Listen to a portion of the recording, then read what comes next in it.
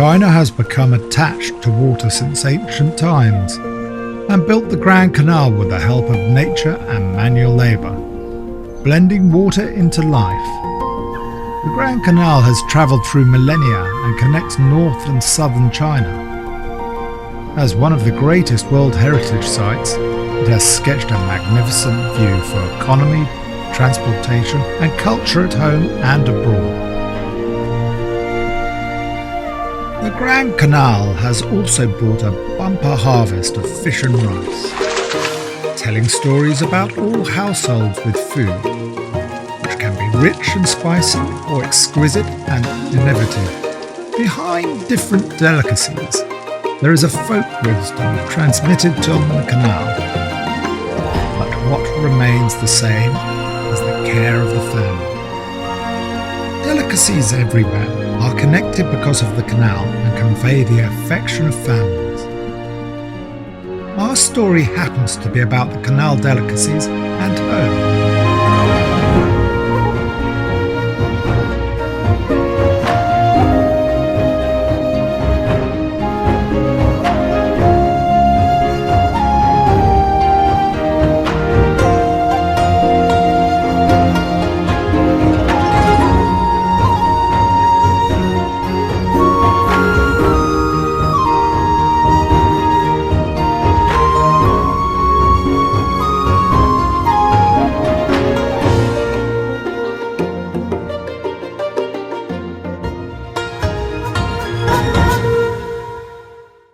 I'm Nino, an Italian chef living in China.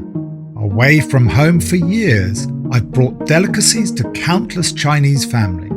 Today, I've got a special friend, Chen. My friend is the editor-in-chief of a food magazine. She invited me to experience food culture and family life along the canal. I accepted only too gladly and was ready to contribute to a column in her magazine. First, we had to do some research. After visiting experts on the history of the canal, our plan was finalized.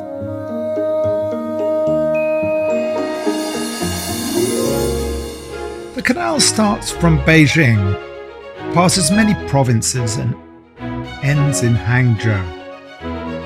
We'll visit her relatives and explore delicacies from north to south.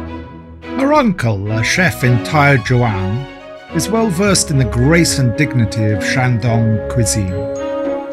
Her grandparents, who live in Huaiyang, entertain their guests with simple noodles. Her parents specialise in Huaiyang cuisine in Yangzhou, integrating the spirit of the canal into their dishes. Her cousin, food blogger in Hangzhou, has a new approach to presenting delicacies. They are all attached to fine food, and the canal connects stories of an extended family. Our first stop is in the north. The northern part of the canal, which starts in Beijing, has a long and proud history. It has given rise to a rich and dignified food culture, the quintessence of which is found in Taierzhuang. The small town was born because of the canal. It has a lively water system that has nurtured the famous Shandong cuisine. Chen's uncle happens to be past master at Shandong cuisine. We meet our uncle in the morning and take our time to have breakfast by a tributary of the canal. Scallion wrapped in pancake and stuffed pancake are local specialities.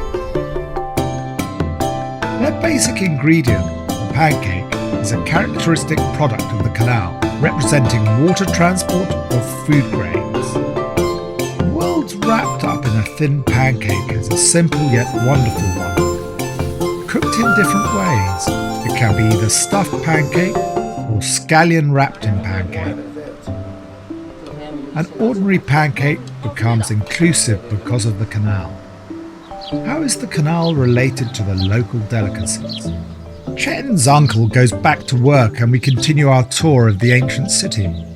It is said that the Qianlong Emperor stayed here for a while during his journey to the south, and that he praised Taierzhuang. then only a village, as the best village in his empire.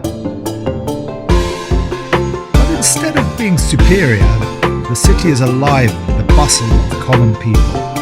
It boasts a rich folk culture, with drummers, stilt walkers and suona horn players, to name a few. We've also experienced the fun of folk culture.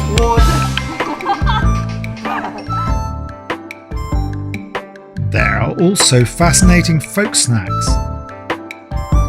Stone pancake is a famous delicacy on the Canal. With special physical properties, stones by the Canal can help to control the heat, which puffs up and shapes the dough. The Canal has thus become a medium for baking. The place is imbued with a thick flavour of Han culture. Chen put on a traditional Han Chinese clothing.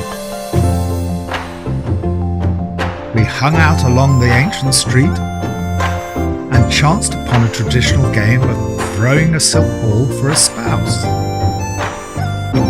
I was lucky enough to catch the ball and mounted the gate tower. Dusk fell before we knew it. The glowing sunset indicates a feast.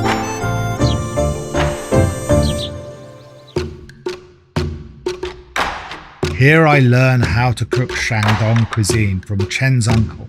Carbs from the Canal area gift from the water. The ingredients are fresh thanks to the quality of the Canal water. Aroma arises from simple cooking. Sauce adds the final touch to a savoury dish. Thanks to the ancient canal, materials from the land also contribute to the essence of Shandong cuisine. The typical Shandong dish, Taierzhuang spicy chicken, originated from water transport. I've also tried cooking other dishes to feel the spirit of the canal. We lay a table of dishes by the canal, presenting various delicacies led by Shandong cuisine. Those in water, on land, vegetables and meat.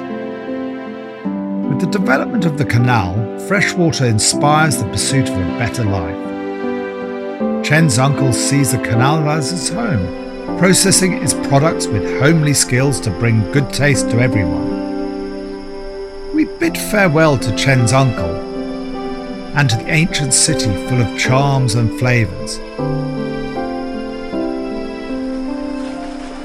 We take a pleasure boat and sail on the canal in the evening, admiring the night view and watching the fiery dragon show, an intangible cultural heritage.